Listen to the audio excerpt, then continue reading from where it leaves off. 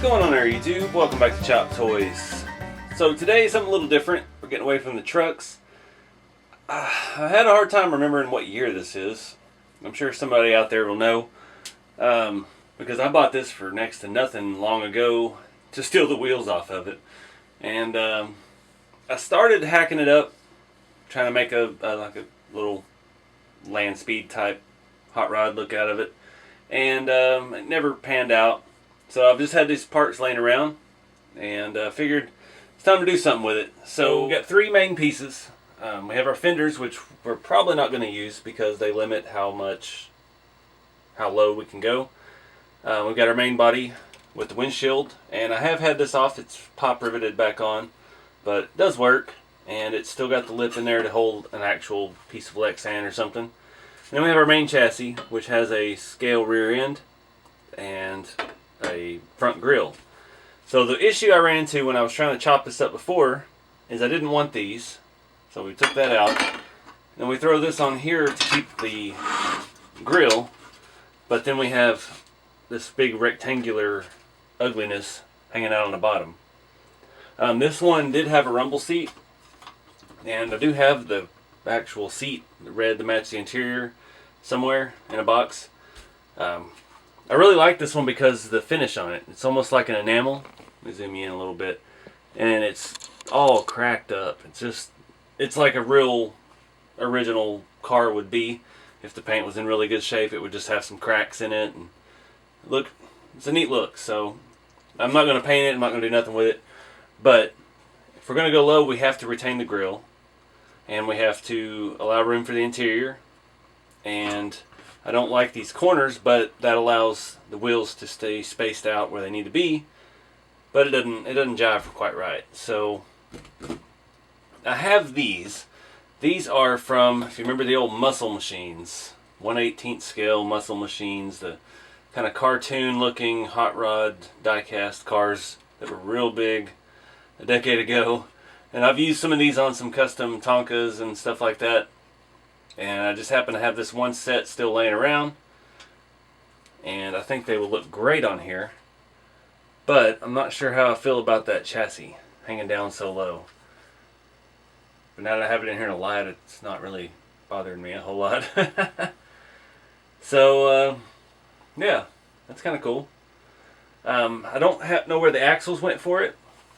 Those have a smaller axle shaft, and it does look like I've drilled them out in the past. I don't know what I've done with this thing. I've had these tires for the better part of 20 years almost, and yeah. But we're going to look at making some kind of little rat rod T-bucket Roadster, not a bucket, but Model T Roadster. So that's one thing that it always bugs me about Model Ts. Everybody takes the trunk off.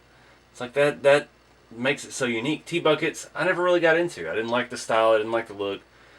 I like things with exposed rear suspension and stuff like that, but these have such a beautiful line. It goes up and then it swoops down and just tapers off. And I like that when they keep that on hot rods, so I'm going to keep that on my little press steel hot rod. So looking at the body, let me get you a closer look. At some point in the last decade, I drilled some holes in this where I thought the tires should go. You can see those there. They're marked with white paint pen. And I think the back works pretty well. But I think the front is too far back. I may want to go back to where the stock hole is. So, in order to not make it look funny, if we did this and we just put these tires on there, they'd be way too narrow. We'd need something to space it out.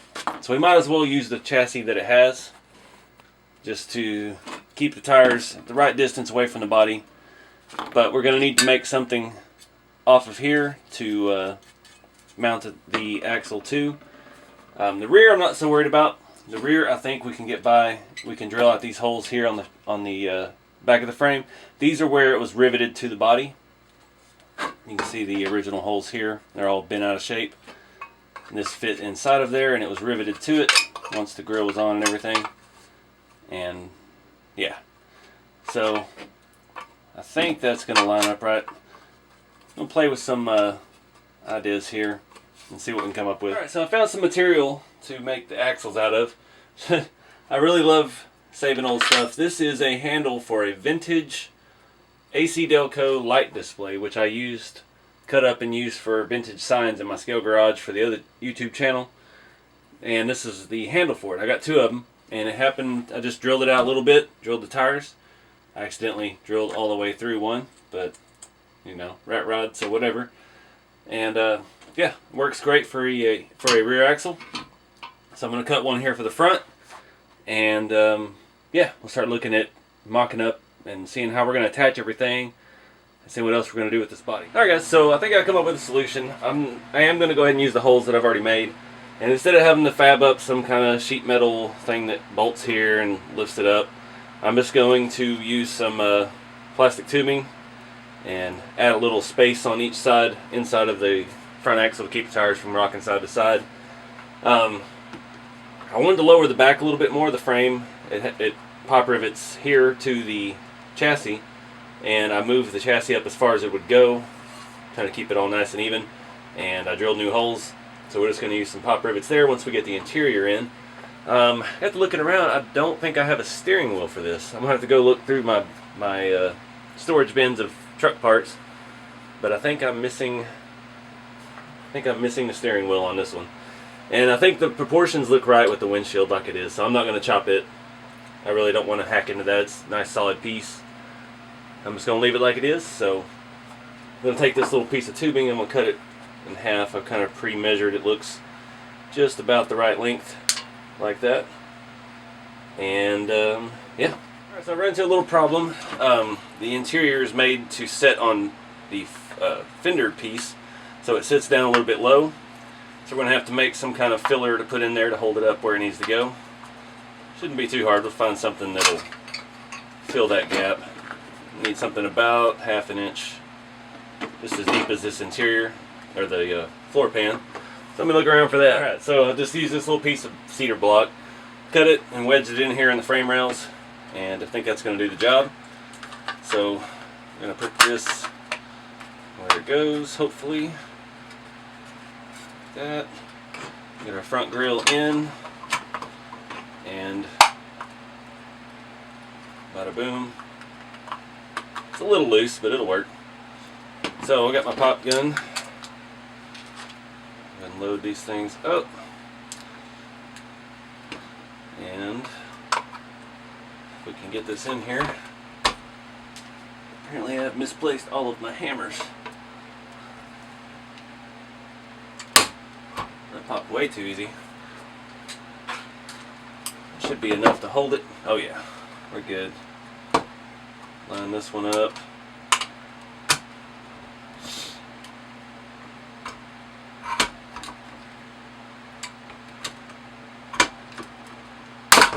Alright, body is all together. Let's see. So now all we got to do is just run our rear axle through. The rear axle sets through just fine. The little post on the back of the wheel fit perfectly against the body and allow it to spin freely. And boom. Back is in business. So let me get the front axle. Alright, reassembly. I'm just going to throw these on there. Slide it through the body. I can find the hole on the other side. Looks like a pretty close fit. And